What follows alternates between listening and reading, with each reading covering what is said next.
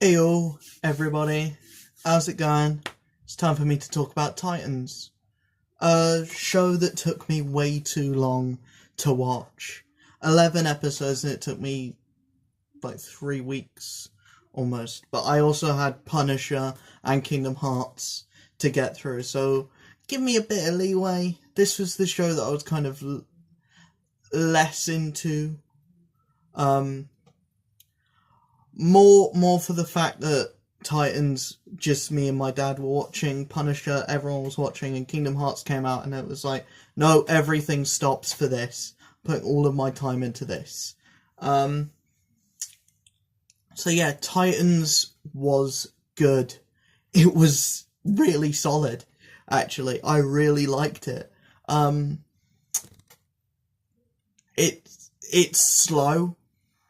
Like, the pacing is really slow.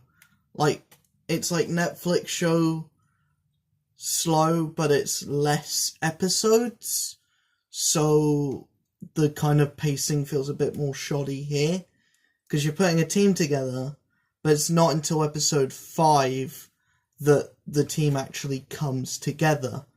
And that's in a, 11 episode show, so you've only got like 6 episodes where the team is together, but after they come together the team is mostly apart anyway. And then you also introduce more characters in throughout the season. The season episode length is a bit too short for the amount of stuff that they pack in to it. Like, there's less stuff in Daredevil Season 2, for example, yet Daredevil Season 2 is 13 episodes, and that still felt a bit rushed. This feels really rushed, because they introduce, after the main team is brought together, they still introduce Jason Todd and,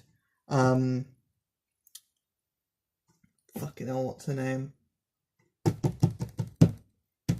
Donna Troy. They introduce Jason Todd and Donna Troy after the main team comes together in episode 5. And they've previously introduced Hawk and Dove as well. They get they're the only characters that get a proper backstory episode.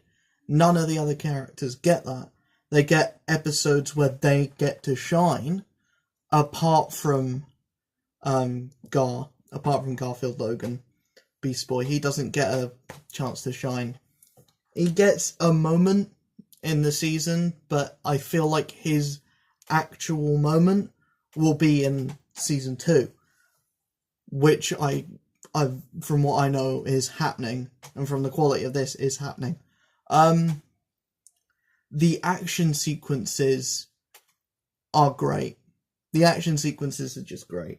The way they're choreographed is almost like a fan film. You can really feel that this is a passion project for whoever created it. This isn't something that's like, oh, we're going to make this just because superheroes are popular right now, so let's get our own grab into the take. No, this is something that the creator actually sat down, thought about, cared about, and the choreography of the fight scenes shows. It feels like this is like a street level stuff, which I know feels weird because the characters and the villain isn't really street level. I mean, Robin is extremely street level, but Starfire, Raven, Beast Boy, they're not street level characters. Hawk and Dove are, but a large majority of the characters here aren't street level, but it feels street level. It feels like these are people that aren't well versed with their powers. They don't know necessarily what to do, or they're really good at fighting, but they've been living in someone else's shadow for so long. And I feel like that really works. There's kind of a messiness to the action sequences that I really like. I don't know what else to say, really. There's a lot of stuff that I could nitpick on. Like the final episode, like the way that they finish off the season, it feels like a mid-season finale rather than an actual season finale. Like, nothing is resolved. The main villain only just appears. There's no one's interacted with him by the end of the season. Only Raven for like 2 seconds. You really need to watch the show to really understand what I'm saying. But the way this ends, it doesn't end like you would expect a season to end. I know that there's only 11 episodes, and I know that Netflix likes to do things differently, especially with the DC shows, because Black Lightning ended the same way, but this doesn't have the cheese that's in Black Lightning. It doesn't have the politics that's in Black Lightning. It's just fun superhero stuff. It of course it's dark and edgy, but it's not what the trailer panned it out to be. The guy or girl who edited the trailer needs to be sacked. Just needs to be sacked. Because it did not do the series justice. I feel like they could have shown way more. But there's also stuff in the show that they could have shown a lot more, or delved a lot more into. Like, give us backstory to the 4 main characters that we're following.